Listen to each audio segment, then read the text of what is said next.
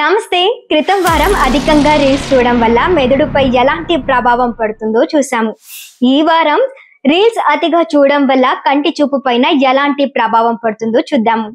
నేను మీ Roopa Nagesh. Welcome to Telugu post fact check cyber security series. వార్తలు వెనుకున్న వాస్తవాలు, ఏది నిజం ఏది అబద్ధం అన్ని మీ ముందుంచి మా ప్రయత్నంలో మీరు భాగస్వాములు అవ్వాలంటే ఈ వీడియోను మీరు చివరి వరకు చూసి నలుగురికి షేర్ చేయండి. అలాగే మన ఛానల్ ని కూడా సబ్స్క్రైబ్ చేసుకోండి. షార్ట్ వీడియోలు అతిగా చూడడం వల్ల బ్రెయిన్ రోట్ బారిన పడుతున్నట్లు తెలిసిందే. అయితే తాజాగా కంటి సమస్యలు కూడా పెరుగుతున్నట్లు వైద్య నిపుణులు హెచ్చరికలు జారీ చేశారు. అదే పనిగా సామాజిక మాధ్యమమైన ఇన్స్టాగ్రామ్, ఫేస్బుక్, యూట్యూబ్లలో షార్ట్స్ వీడియోలను చూస్తున్న వారిలో తీవ్రమైన కంటి సమస్యలు పెరుగుతూ ఉన్నాయి. ఈ సమస్య అన్ని వయస్సు వారిలో కనపడుతూ ఉందని, మరీ ముఖ్యంగా చిన్నారులు, యువతల్లో అధికంగా ఉందని తెలుస్తుంది. బ్లూ లైట్ ఎక్స్పోజర్ వల్ల పెద్దల్లో కూడా తరచూ తలనొప్పి, మైగ్రేన్లు, నిద్రలేమి సమస్యలను ఎదుర్కొంటూ ఉన్నారు. అధ్యయనాల ప్రకారం 2050 నాటికి ప్రపంచ జనాభాలో 50% కన్నా ఎక్కువ మంది మయోపిక్ తో బాధపడే అవకాశం ఉందని కూడా అంచనా.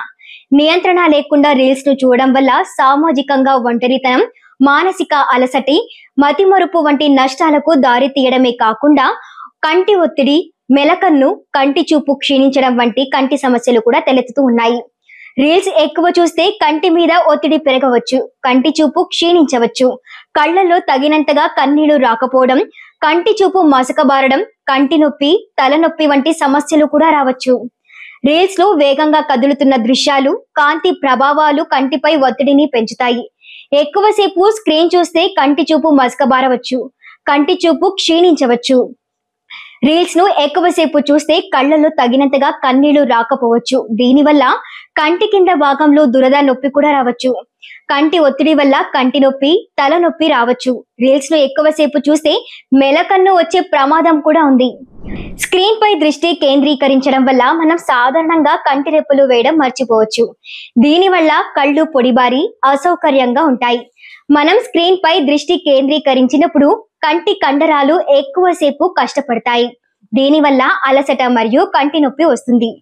ఎలక్ట్రానిక్ పరికరాల నుండి వెలువడే నీలికాంతి కంటి రెటినాపై ప్రభావం చూపుతుంది. దీనివల్ల నిద్రలేమి, కంటి సమస్యలు కూడా రావచ్చు. స్క్రీన్ చూసేటప్పుడు కళ్ళను ఎలా కాపాడుకోవాలంటే, ఇలా కంటి సమస్యలు తలెత్తకుండా 20-20-20 రూల్ పాటించాలని కంటి వైద్యులు సిఫారసు చేస్తూ ఉన్నారు. అంటే ప్రతి 20 నిమిషాలకు ఒకసారి 20 సెకండ్లు విరామం తీసుకోవాలి. ఆ సమయంలో 20 మీటర్ల దూరంలో ఉన్న ఏదైనా వస్తువును చూడాలి, లేదా గంటకు 5 నిమిషాల పాటు కళ్లకు తగినంత విశ్రామం ఇవ్వాలి. స్క్రీన్ ను కంటి స్థాయికి దిగువన ఉంచడం వల్ల కళ్ళు తక్కువగా కష్టపడతాయి. కంటి నుండి స్క్రీన్ కు సరైన దూరం ఉండాలి, అంటే సుమారు 20 నుండి 28 అంగుళాలు. స్క్రీన్ ప్రకాశం తగినంతగా ఉండేలా చూసుకోండి. స్క్రీన్ చాలా విలువగా కానీ చాలా నీలంగా కానీ ఉండకూడదు. స్క్రీన్ పై గ్లేర్ అంటే overhead lighting or light from windows రాకుండా చూసుకోవాలి. స్క్రీన్ ను చూస్తున్నప్పుడు తగినంతగా రెప్పలు వేయడానికి ప్రయత్నించండి. మీ పరికరాల్లో నీలికాంతి ఫిల్టర్ ను ఉపయోగించుకోవచ్చు. ఇది కంటికి నీలికాంతిని తగ్గించడంలో సహాయపడుతుంది.